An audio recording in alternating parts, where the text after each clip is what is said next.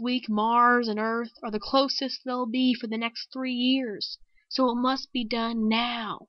It's your duty to help in this important project." Crawford nodded. The matter of patriotism and duty had not occurred to him. "Of course, Colonel. I'll be glad to help." He looked down at the dummy. "What do you say, Spud? Want to be the first voice to reach Mars?" "Sounds crazy," came the high, squeaking reply.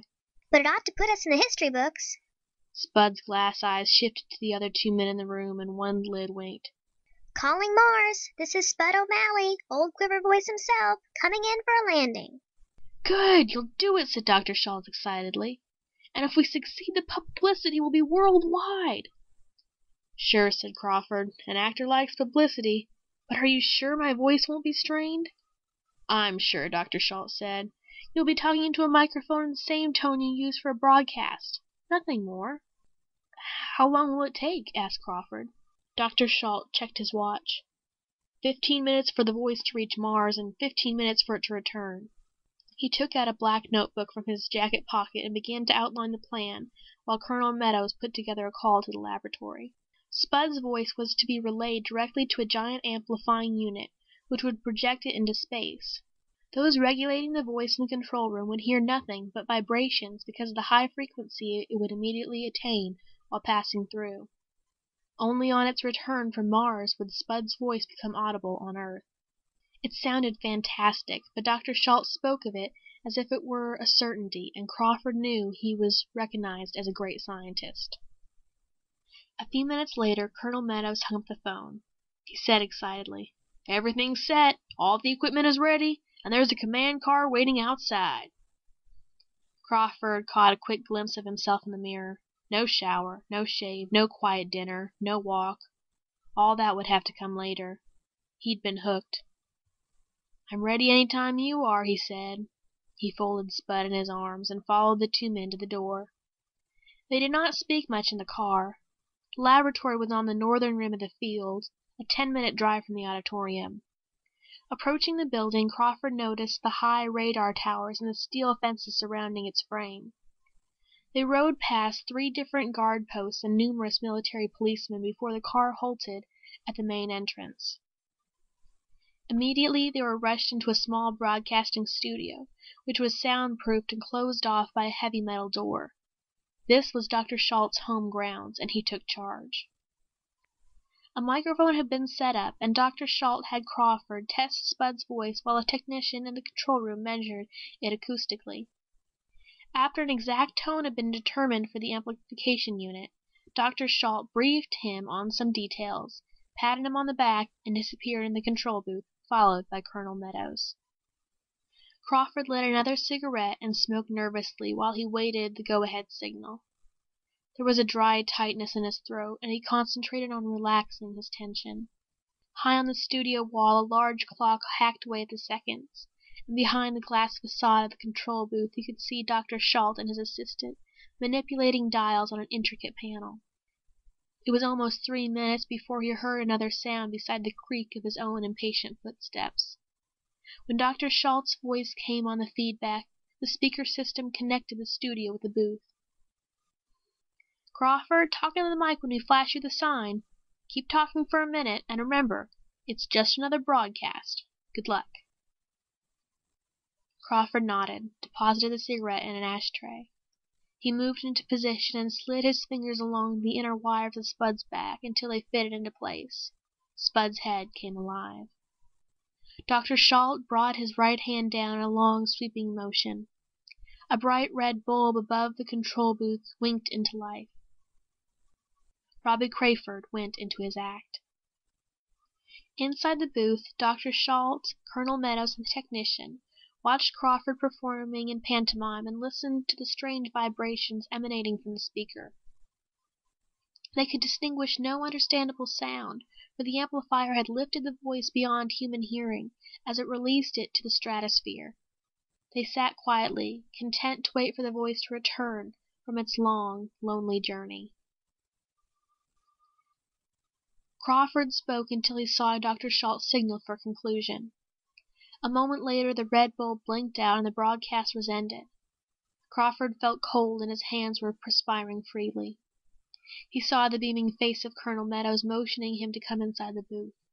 He wiped his face and coughed to relieve the tension in his throat. The colonel was the first to greet him as he entered the booth, and his handshake was enthusiastic and firm. Dr. Schalt remained bent over one of the instrument boards, rotating a dial, but looked up and nodded excitedly. "It will be another 10 minutes," he said. "Sit down. I've sent out for some supper." "How did it go?" Crawford asked. Good. By now, it's halfway to its destination." An orderly came in with a tray of sandwiches and coffee, and for the next few minutes they ate and Dr. Schalt described the intricacies of the operation. The technician stayed glued to the receiver, earphones resting lightly across his head. After 10 minutes, Dr. Schalt stood up and looked at his watch. "It's time," he said. "Turn up the resonator."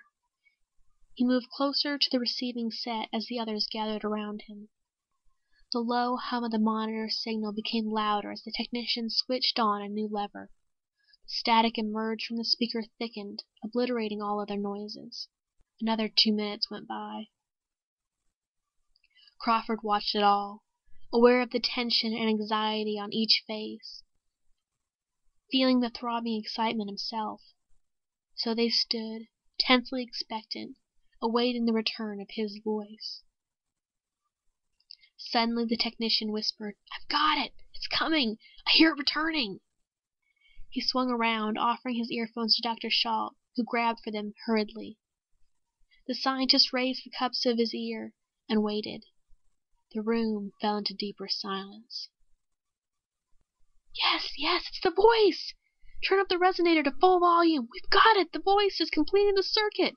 Dr. Schalt said tensely. The technician turned another dial as far as it would go. The sound of the static rose to a roar. Then abruptly the static broke, died out, and a strange, new sound came in. It was Spud!